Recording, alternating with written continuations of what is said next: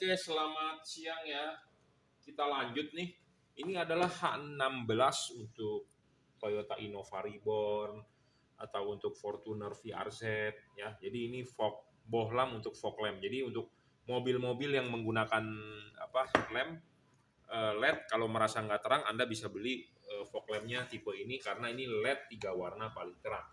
Nah, untuk Anda yang sudah beli ya, kadang-kadang saya suka menerima keluhan bahwa Pak nggak bisa berubah warna atau Pak eh, gimana cara mengubah warnanya ya. Memang nggak semua orang punya mobil paham dengan bagaimana kita bicara on off kan saklar fog lampnya. Kadang-kadang ada orang nggak tahu loh saklar fog lampnya di mana, karena kita juga sering lihat kan ya, milenial baru atau orang kaya baru gitu ya, seperti baru dapat tanah ganti rugi dari pemerintah, dia bisa beli mobil seperti di berita-berita ya, di daerah mana tuh dapat ganti rugi dari pemerintah, dia beli mobil, dia beli barang-barang yang inilah pokoknya.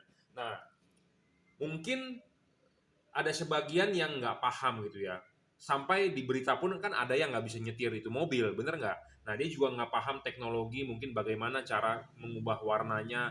Kita ngomongin, Pak, gantiin saklar fog lampnya, matikan nyalakan, dia tidak ngerti. Dia cuma tahu, Pak, kok nggak bisa berubah warna. Padahal kalau barang ya sebelum dikirim pasti kita akan ngecek. Kalau tidak bisa berubah warna atau tidak bisa change color atau tidak bisa berubah, itu pasti kita tidak mau kirim. Kenapa? Karena kita juga bisa klaim gitu loh ke distributor, ngapain kita kirimin barang yang rusak kan gitu ya. Jadi barang sebelum dikirim akan kita cek dulu ya. Jadi kalau nggak bisa berubah warna pun kita juga nggak mau mengirim gitu ya. Nah, tinggal Anda cara pakainya yang benar gitu ya. Sama seperti saya begini nih. Saya memang bisa nyetir mobil, tetapi kalau saya disuruh bawa Mercy ya, yang teknologinya berbeda dengan mobil Jepang, ya kita juga bingung bagaimana cara nyalakan mesinnya.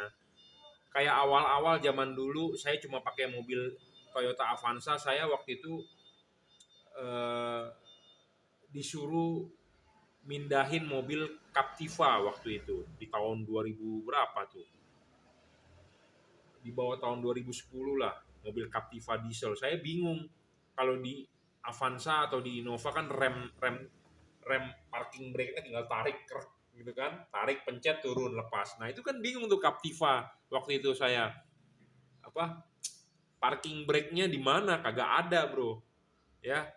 Nah itu kan teknologi, jadi kadang-kadang memang orang nggak gagap gitu ya, jadi nggak tahu cara mengoperasionalkan, padahal kalau tahu kan simple gitu ya. Sama seperti bagaimana cara mengubah warna di fog lamp-nya, ada orang yang nggak paham gitu ya.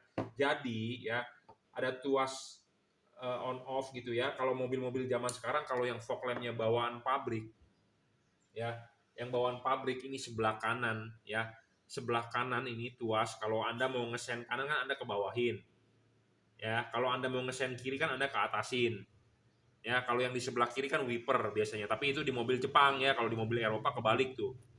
Nah, kita ngomong mobil Jepang, di sebelah kanan kan sen ya. Nah, di sini kan ada tombol, biasanya tombol paling luar tuh tak sekali lampu senja ya, lampu senja. Ataupun mobil nggak ada yang lampu senja juga ya, ada yang auto light atau gimana settingnya juga nggak ngerti saya, karena saya nggak punya mobil-mobil canggih, saya cuma punya mobil gerobak ya. Eh, Intinya kita ngomong basic aja lah ya. Tak sekali kan lampu senja, tak dua kali lampu gede. Nah kalau kita tarik mundur kan lampu dim ya. Kalau kita tarik mundur lampu dim, atau kita kedepanin, tak itu lampu dim yang dipanteng ya. Nah kalau mobil zaman sekarang yang saya tahu dari Innova, dari Avanza yang fog lamp-nya bawaan dari pabrik.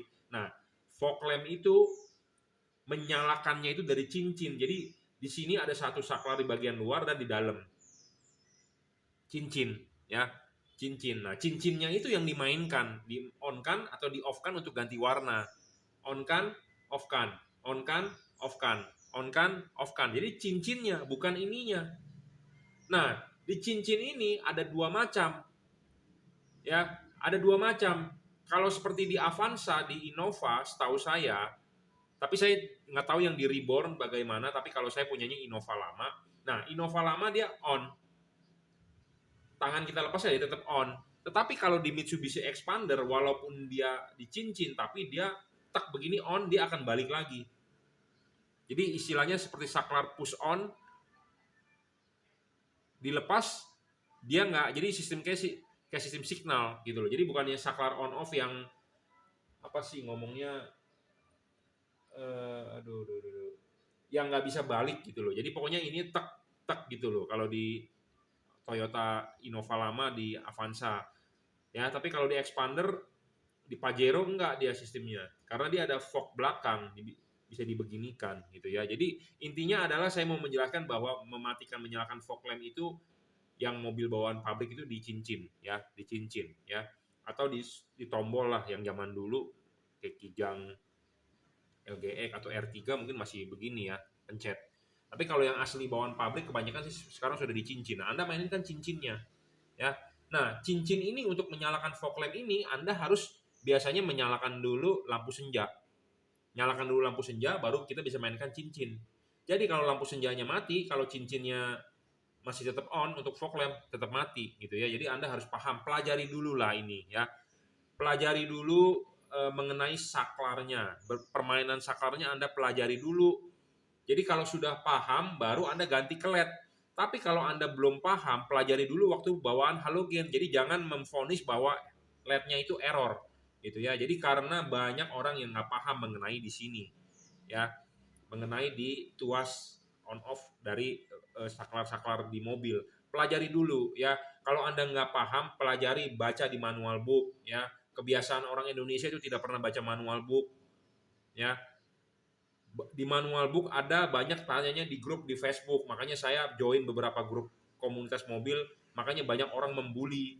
Kenapa? Karena ada di manual book sebenarnya. Nah, kalau Anda tidak mau di manual book, Anda sudah beli ini ya Anda WA saya ajari cara pakainya gitu ya. Jadi pokoknya intinya adalah Anda harus bermain di cincin. Kebanyakan cincin ya. Nah, barang sebelum dikirim pasti kita akan tes. Kalau tidak bisa berfungsi dengan baik, berubah warna, ya tentu kita tidak mau jual. Karena Anda beli di saya itu adalah barang yang baru dan barang bagus. Gitu ya. Jadi jangan sampai kita dibilang menjual barang yang oke ya. Tadi ada tamu, bukan tamu sih, pick up antar aja, barang udah keluar. Jadi kita kalau tidak nggak bener kita juga nggak mau kirim ya. Jadi LED ini cara mengubah warnanya adalah dengan mematikan menyalakan saklar. Ya, ada orang yang nggak paham saklarnya itu, harus dipelajari lah intinya saklarnya. Ya, dan untuk Anda juga jangan terlalu cepat, jangan terlalu lambat. Jadi dengan timing yang tepat, warna bisa berubah. Nah ini kita setting menggunakan alat. Jadi ini kita setting nyala 5 detik. Ya 5 detik nyala nih. Off 0,1 detik. Nah, misalnya kalau kita mau men-setting sebentar.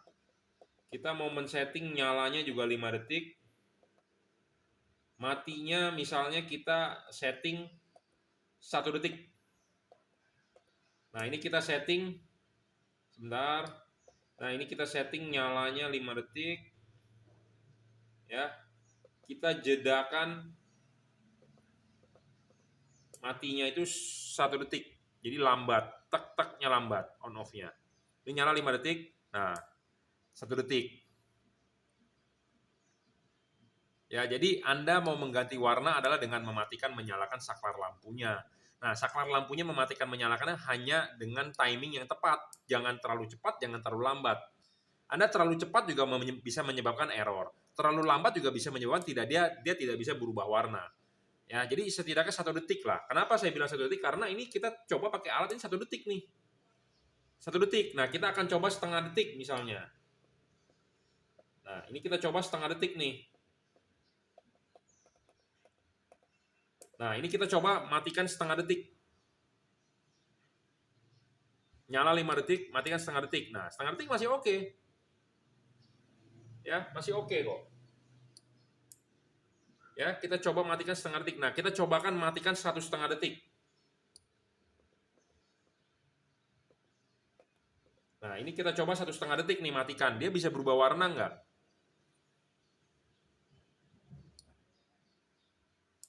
Nah, bisa juga 1,5 detik. Ya, jadi ini nyala 5 detik, 1,5 detik mati, terus dinyalakan lagi. Bisa kok berubah warna. Nah, kita coba 2 detik.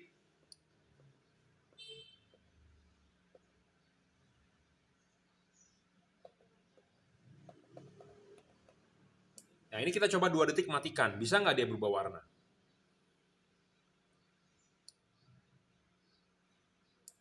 Bisa. Ya, jadi Anda matikan, nyalakan, jangan terlalu cepat, jangan terlalu lambat. Jadi kalau dia terlalu lambat juga dia tidak bisa menyebabkan dia tidak bisa berubah warna. Anda terlalu cepat juga bisa menyebabkan error, warna kiri dengan warna kanan tidak sama. Jadi Anda harus timingnya tepat gitu ya. Nah, Anda harus pelajari juga mengenai saklar on off di fog lamp di mobil Anda. Jangan sampai Anda nggak paham tentang itu ya, karena barang sebelum dikirim pasti kita tes. Misalnya kalau nggak bisa berubah warna, kita tidak mau kirim, saya tinggal tukar baru kok ke distributor gitu ya. Distributor pasti akan tukarkan baru ke kita, gitu ya. Oke, nah ini bohlam 3 warna ya. Ini bohlam 3 warna untuk Toyota Reborn, paling terang nih. Oke, kita lanjut ya, ada telepon. Jadi ini bohlam LED 3 warna paling terang ya. Spesifikasinya sangat tinggi, dia menggunakan chip dempet. Ada chip kuning dengan chip putih. Chip kuning Anda bisa taruh di bawah atau chip putih Anda taruh di bawah. Jadi bohlam ini bisa diputar. Putihnya di bawah atau kuningnya di bawah. Saya rekomendasi tipe kuning di bawah. Ya. Jadi LED ini chipnya asli adalah chip dempet.